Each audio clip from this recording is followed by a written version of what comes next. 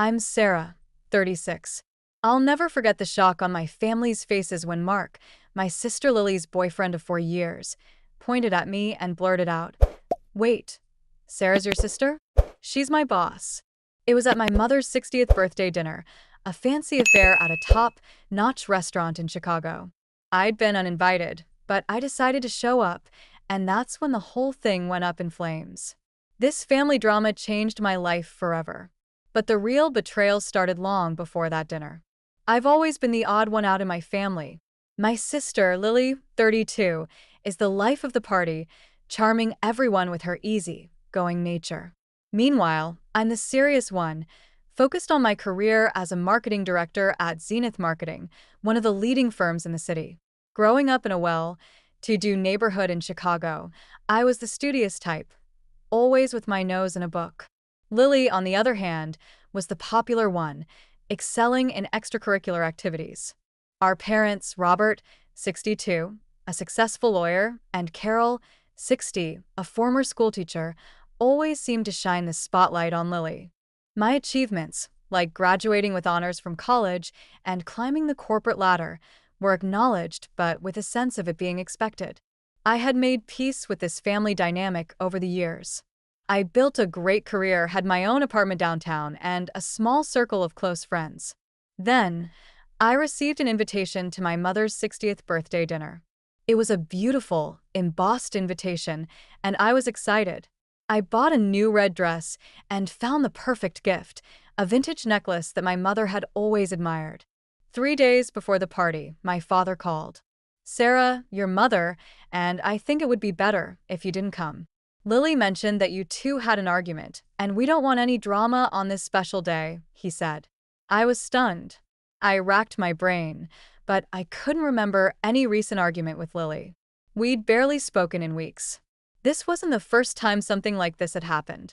At my father's retirement party, my speech was removed from the program, while Lily got to give a long, emotional talk. I was heartbroken but decided not to make a scene. 6 months before the birthday dinner, my professional life was booming. One Monday morning, my assistant, Mia, told me that a new hire for an important account was here. It was Mark. He was tall, with kind blue eyes and a confident smile.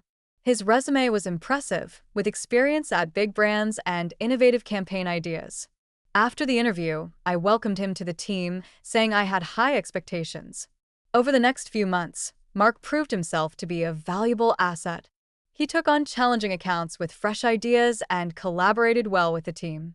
When a major client threatened to leave due to a miscommunication, Mark worked through the weekend to come up with a new strategy that not only saved the account but also increased the client's budget. I was so impressed that I recommended him for a promotion to senior marketing strategist. During a late-night strategy session, our conversation turned personal for a bit. I asked him if he had plans for the weekend, and he said it was their 4-year anniversary. I congratulated him, and he told me she was worth it. That was the extent of our personal chat. In early May, Mark's promotion became official. At the celebratory dinner, while we were having dessert, Mark's phone rang. He excused himself to take the call. As I passed by on my way to the restroom, I heard him say, "Love you, two Lils. I'll tell you all about it when I get home." I didn't think much of it at the time. 2 days before my mother's birthday dinner, when I was reviewing emergency contact information for a company retreat, I saw Mark's emergency contact was Lily. I was in shock. I started to dig deeper on social media and found a picture from a family gathering 2 years ago. There was Mark standing next to Lily. It all clicked. My sister had been dating my employee for years, and neither of them had ever mentioned it. And right after I promoted Mark, I was uninvited for my mother's birthday. It wasn't a coincidence, it was sabotage. I called my best friend, Emma, and told her everything. She said, "Sarah, this is just like Lily. Remember when she befriended your college roommate and then turned her against you?" I remembered all too well. After Lily visited, my roommate became distant and started spreading rumors about me. Emma thought Lily might have orchestrated Mark working for me, maybe to spy on me or create conflict. It made sense. Lily had always been insecure about my career success. I decided to go to the birthday dinner. I thought it was time for the truth to come out. When I walked into the restaurant, I saw my family looking so happy. My mother was wearing a beautiful purple dress, laughing with my father. Lily was sitting next to Mark, looking stunning in a black dress. I walked up to the table.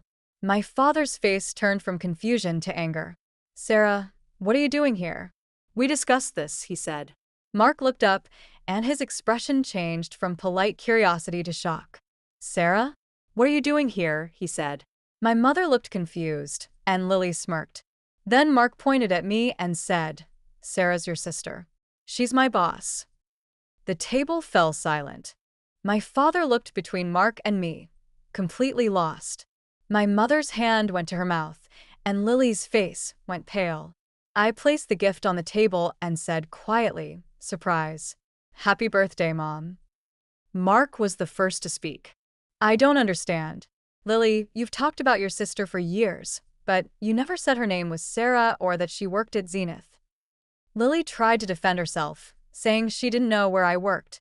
But Mark reminded her that she had told him to apply at Zenith and helped him prepare for the interview. I asked my father why he uninvited me. He said Lily told him we had an argument about my threatening her relationship. Mark looked at Lily in disbelief. "You told them Sarah was threatening our relationship? Why would you say that?" Lily started to crack. "She's always been jealous of me. She's trying to take what's mine," she said. I was angry but kept my voice calm. "What exactly have I taken from you, Lily?" I asked.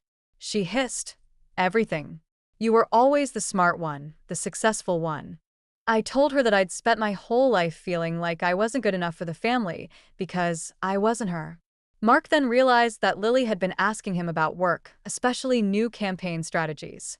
I pointed out that her new online store's marketing strategy was very similar to one we developed at work. Mark was horrified. He realized that Lily might have been using him to steal business ideas. As the truth came out, it turned out that Lily had a long history of sabotaging me. She admitted that she was the one who called my dream university and withdrew my application when I was in high school because she was afraid I'd leave and she'd be forgotten. After the initial shock, my parents started to understand what had been going on. They admitted that they had overcompensated for Lily because she was a bit more fragile as a child. They had always taken her side without question, which had enabled her bad behavior. Mark was heartbroken. He said he needed time to process everything and decided to take a step back from his relationship with Lily. The next day at work, Mark came to my office. He apologized, but I told him he had nothing to apologize for. We discussed the professional implications. Zenith has strict policies about conflicts of interest. We decided to transfer Mark to another department to avoid any potential issues. A few days later, my parents invited me to their house for dinner. Lily was there too. She was still angry at first, saying I'd ruined her life. But as we talked, she started to break down. She admitted that she was insecure about my success and had been trying to bring me down. My parents apologized to me, saying they should have treated us more equally. They also realized that they had failed to hold Lily accountable for her actions. Over the next month, things started to change. Lily decided to rebrand her boutique, coming up with her own marketing ideas. She continued seeing a therapist, and I even went with her to a session at her therapist's suggestion. My mother decided to have a second birthday dinner, a smaller, more intimate gathering at a local Italian restaurant. Lily called me before the dinner to tell me about her rebranding plans. She seemed sincere, and I offered to give her some general marketing advice as her sister. As I reflect on all that has happened, I know that our family will never be the same. But there is a new honesty between us. We're all trying to heal and move forward. It won't be easy, but I'm hopeful that we can build a healthier, more loving family relationship based on truth and respect.